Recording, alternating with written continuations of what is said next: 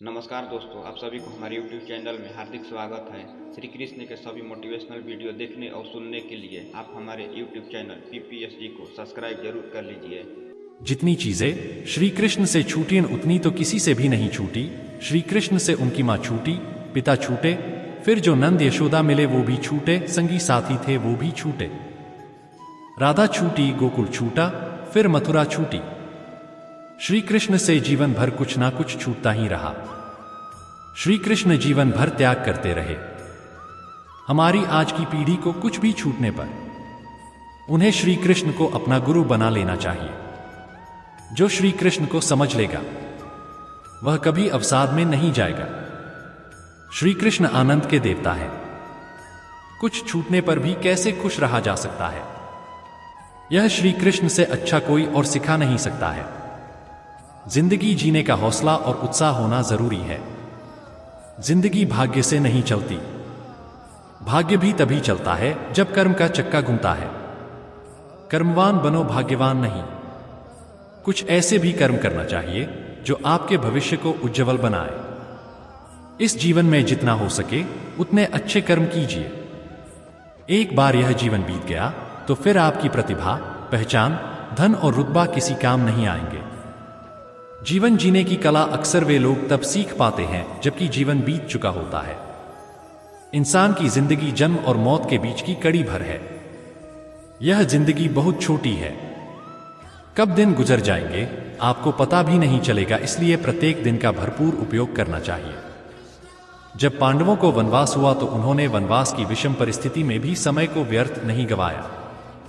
इस दौरान उन्होंने जहां अपने लिए राज समर्थन बढ़ाया, वहीं उन्होंने तप और ध्यान करके खुद को शक्तिशाली भी बनाया। इसी वनवास में उन्हें वह सब कुछ हासिल हुआ जो महल में रहकर कदापि नहीं हासिल हो सकता था।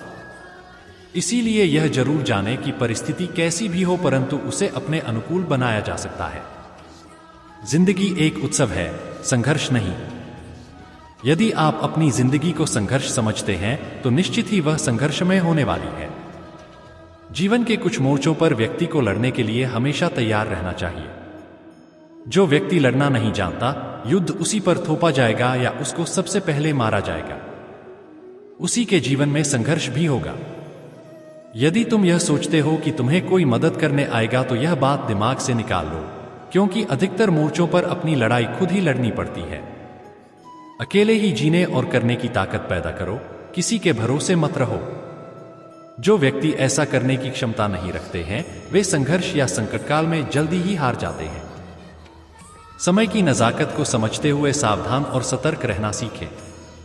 कई लोग होते हैं जो जीवन में असफल हो जाते हैं तो कहते हैं कि फलां के कारण मैं असफल हो गया या परिवार के कारण असफल हो गया।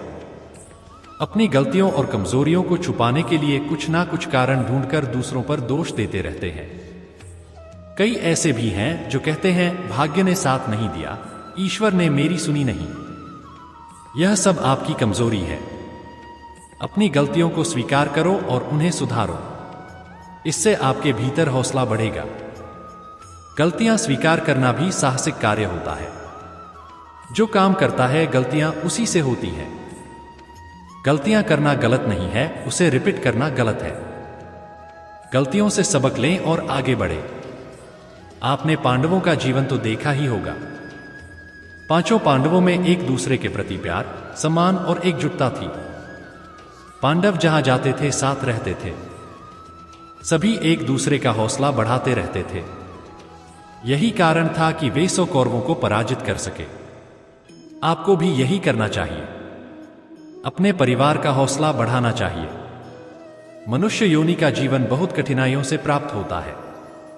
इस जीवन को जितने अच्छे तरीके से जी सके उतना अच्छा है, क्योंकि मनुष्य ही समझ सकता है कि यह संसार, यह प्रकृति कितनी खूबसूरत है। जब तक इसका भरपूर तरीके से लुत्फ नहीं उठाया जाए तब तक जीने का हौसला कायम रखें।